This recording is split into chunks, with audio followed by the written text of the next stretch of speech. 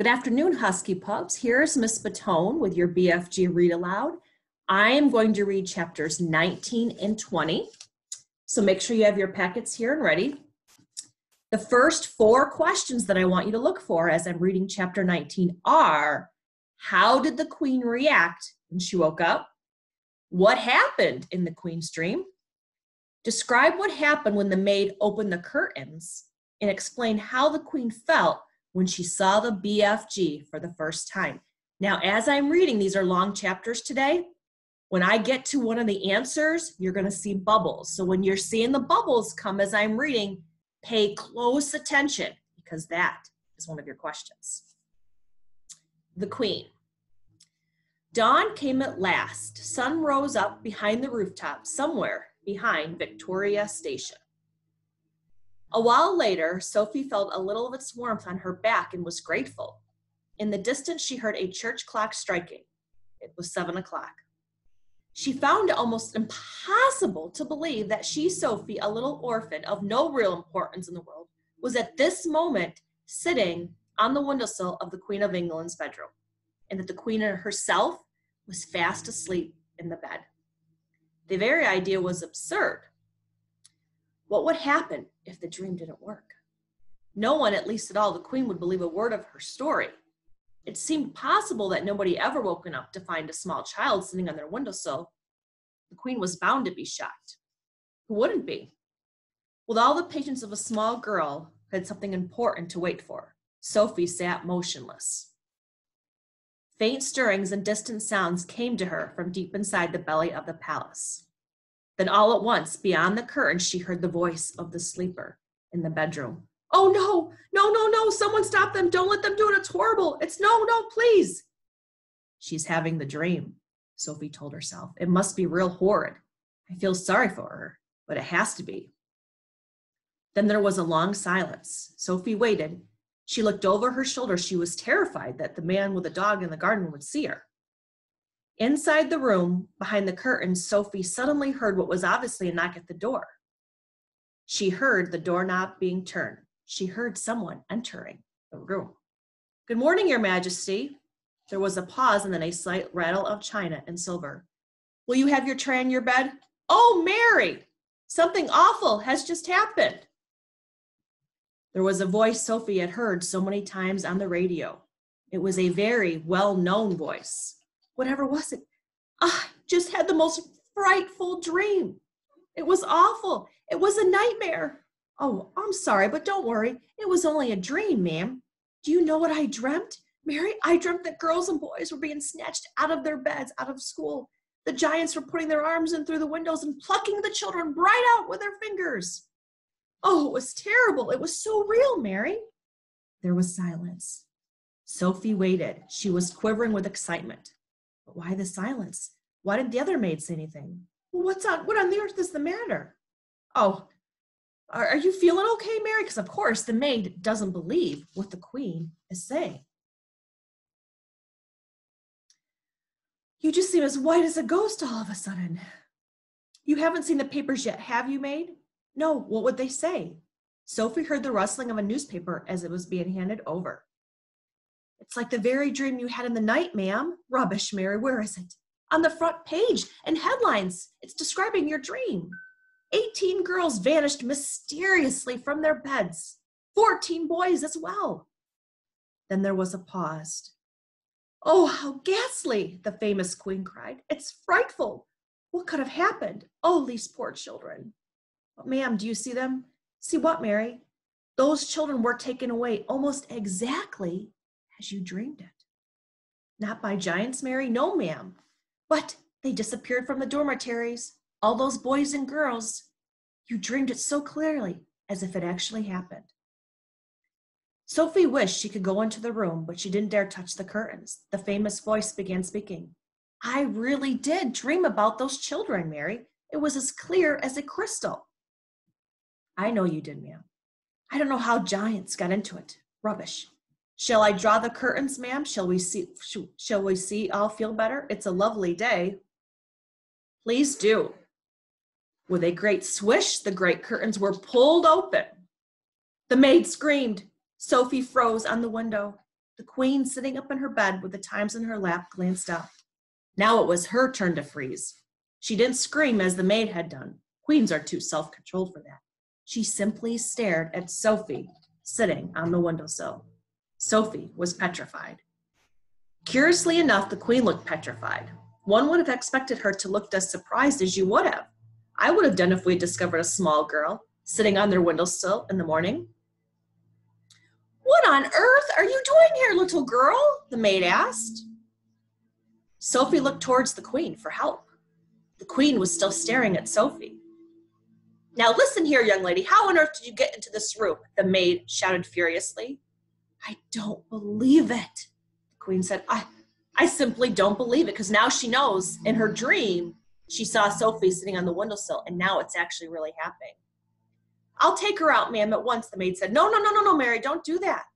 The woman spoke sharply, that the maid was quite taken back. She turned and stared at the queen. "What on earth has come over her? Are you all right, ma'am?" "Tell me, Mary, tell me quite truthfully, is there really a little girl sitting on my windowsill?" "She is sitting there on your windowsill." "Your Majesty, you're certainly not dreaming this time." "But that's exactly what I did dream," the queen cried. "I dreamt all of it, that this little girl would be sitting on my windowsill." "Are you real?" the queen said to Sophie. Yes, your Majesty." "What is your name?" "Sophie." "And how did you get to my windowsill?" No, don't answer that. Hang on. Let me see. Let me check my dream. Let me think." "I dreamed that a giant put you there." "He did, your Majesty," Sophie said. "You are not serious about these giants, are you?" "Oh, your Majesty, indeed I am. He's out in the garden now." "Is he indeed?" the queen said. "But he is a good giant, your Majesty," Sophie said. "You need not be frightened of him." "Well, I'm delighted to hear that," the queen said. "He is my best friend, your Majesty." "Well, how nice." "He's a lovely giant." "I think you have dreamed that part too, your Majesty, that he would like to come see you." It took the smile right out of her face. She certainly had dreamed that part. She was remembering how, at the end of her dream, that the little girl and the big friendly giant would come and show her how to find the 9 horrible man-eating giants. "You did dream that, didn't you, your Majesty?" "Yes," she says, "I did." But how do you know that I dreamed that?" "Oh, that's a very long story. We'll save that for later." The queen looked at the child. The child looked straight at the queen. This queen simply just didn't know what to do. "Shall I call him for you?" Sophie went on. "You'll like him very, very, very much." The queen took a deep breath. She was so glad no one except her faithful old Mary would come to see what was going on. "Very well, you may call the giant." Sophie turned her head towards the garden and called out, "BFG, come on, the queen wants to meet you." The queen crossed over to the window and stood beside Sophie. "Come off the ledge," she said. "You're going to fall backwards." Sophie jumped down into the room. "I don't see a giant." "Take her downstairs and give her some breakfast." Then out he came, the BFG, 20 feet tall, wearing his black cloak, with a grace of a nobleman, still carrying his long trumpet. He strode magnificently across the palace lawn toward the window. The maid screamed, "Ah!" The queen gasped. The BFG took his time. He was very dignified in his approach. When he was close to the window where the 3 of them were standing, he stopped and took a bow. "Your Majesty, I am your humble servant." "I have great secrets to tell you, your Majesty," the BFG said. "I should be delighted to hear them." But not in my dressing gown. Shall you wish to get dressed, ma'am?" "Have either of you had breakfast?" the queen said. "Oh, could we?" Sophie said. "Oh, please, I haven't eaten since yesterday." The BFG reached up and lifted Sophie out of the window. "You and I is leaving Her Majesty alone to get dressed," he said. "Now, leave the little girl." No, Queen says. "Leave the little girl with me. I will get her something to put on. She can't have breakfast in her nightie." The BFG returned Sophie to the bedroom. "Can we have sausages, your Majesty, and bacon and fried eggs?" "I think that might be arranged," the Queen answered, smiling. "Just you wait to taste it," Sophie said to the BFG. "No more snaz cumbers from now on." So that is the end of chapter 19. So now We're going to go on to chapter 20. If you need to pause the video now to answer chapter 19, go ahead. On to chapter 20, the royal breakfast. Here are your 4 questions. Remember, there'll be bubbles when I'm reading it in the story. How did the palace servants prepare for the BFG? Who did the queen call? Why did she call these people? Why did the queen get confused when the BFG wanted to sing? Describe the royal breakfast in your own words. So remember to look for the bubbles and to listen closely.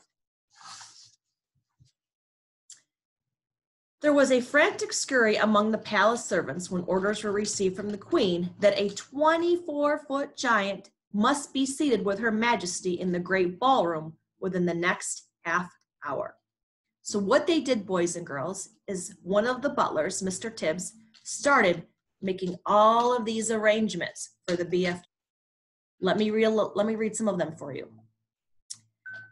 4 footmen moved the piano. Now fetch a large chest of drawers. The other footman got a chest of drawers, so they took all of these drawers and they put them on top of the piano. This will be his chair, Mr. Tibbs whispered.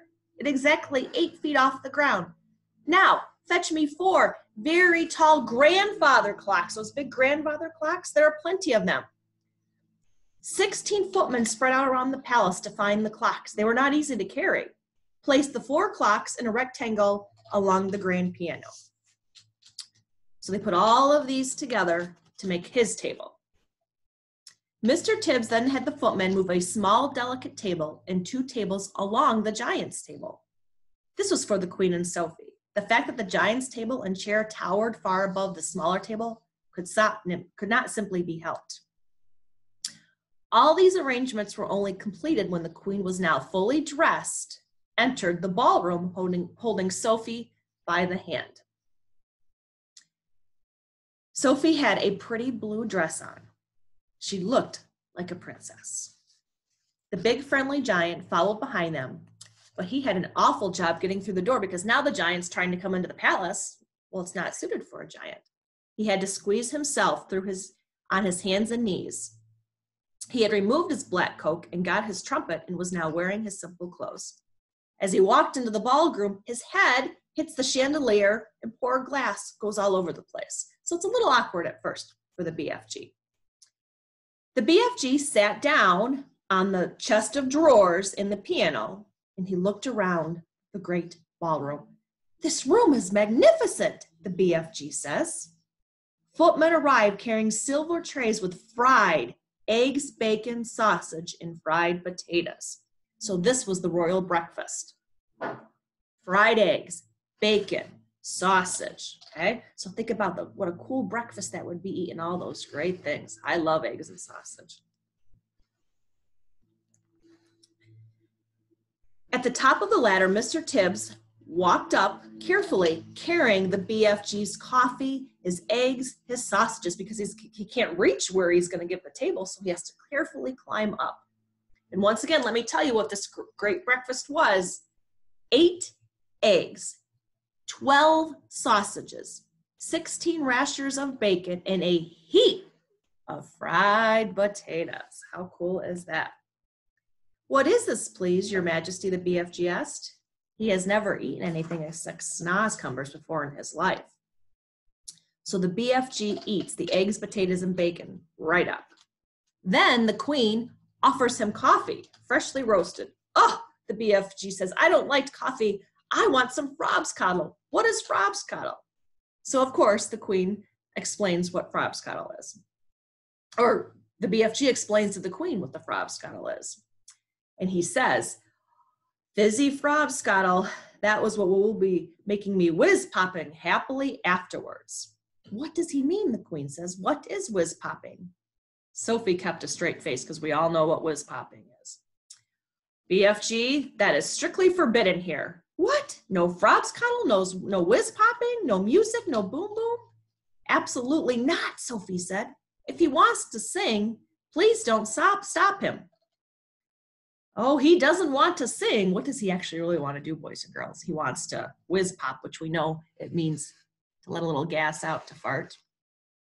He said he wants to make music, the queen said. Shall I send him a violin? Oh, no, no, no. He's only joking.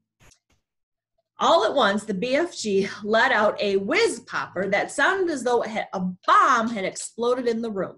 The queen jumped. Whoopee, shouted the BFG. This is better than bagpipes, is it not, Your Majesty? It took the queen a few seconds to get over the shock. I prefer the bagpipes, but she couldn't stop smiling herself. During the next 20 minutes, a whole relay of footmen were busy carrying to and from the kitchen third and fourth helpings of fried eggs and sausages. While this was going on, Sophie had been telling the queen everything, absolutely everything about her visit to Giant Country. The queen listened, appalled. When Sophie had finished, the queen looked up at the BFG who was sitting above her. He was now eating sponge cake. Big friendly giant, last night those man-eating brutes came to England. Can you remember where they were the night before? Yes, he said, I do think I remember the night before. They were gallivanting off to Sweden. Fetch me my phone, the queen commanded. Mr. Tibbs placed the instrument on the table. Get me the King of Sweden. Hurry, fast. Good morning, the queen said. Is everything okay in Sweden? Everything is terrible, the King of Sweden answered. There is panic in the capital. 2 nights ago, 26 of my royal subjects disappeared. My whole country is in a panic. So now in Sweden, people are disappearing. Well, they've eaten all of my disciples as well, the queen said. Who's they? The king asked. Giants. Giants, the king said. Are you sure? Are you feeling all right, Your Majesty? I'll be all right, but I must go now. Thanks for your help. She replaced the receiver. Your BFG is right, the queen said to Sophie. Those 9 man-eating brutes did go to Sweden. It's horrible. Please stop them, Your Majesty. I'd like to make one more check before I call out the troops. Where did those horrid giants say they were going to galloping off to 3 nights ago? The BFG thought long and hard. Where did they go 3 nights ago? Oh, I remember where. One was off to Baghdad, the BFG said, as they galloped past my cave. Flesh Lump Eater is waving his arm, saying, I am off to Baghdad to eat all of the children. Once more, the queen lifted the receiver. Get me the Lord from Baghdad. If they had of a Lord, go, please get him. In 5 seconds, the Lord of Baghdad was on the phone. Here is the Sultan of Baghdad speaking, the voice said. Listen, Sultan, did anything unpleasant happen in your city 3 nights ago? Yes, it did. More disappearing people. My uncle Caliph, a Russian, he disappeared from his bed 3 nights ago. His wife and his 10 children. There it is, cried the BFG, whose wonderful ears enabled him to hear what the Sultan was saying to the queen on the telephone. Flesh Lump Eater did that one. He went off to Baghdad and Mom and all the little kitties. The queen replaced the receiver. That proves it, she says to the BFG. Your story is apparently quite true. Summon the head of the army and the head of the Air Force immediately.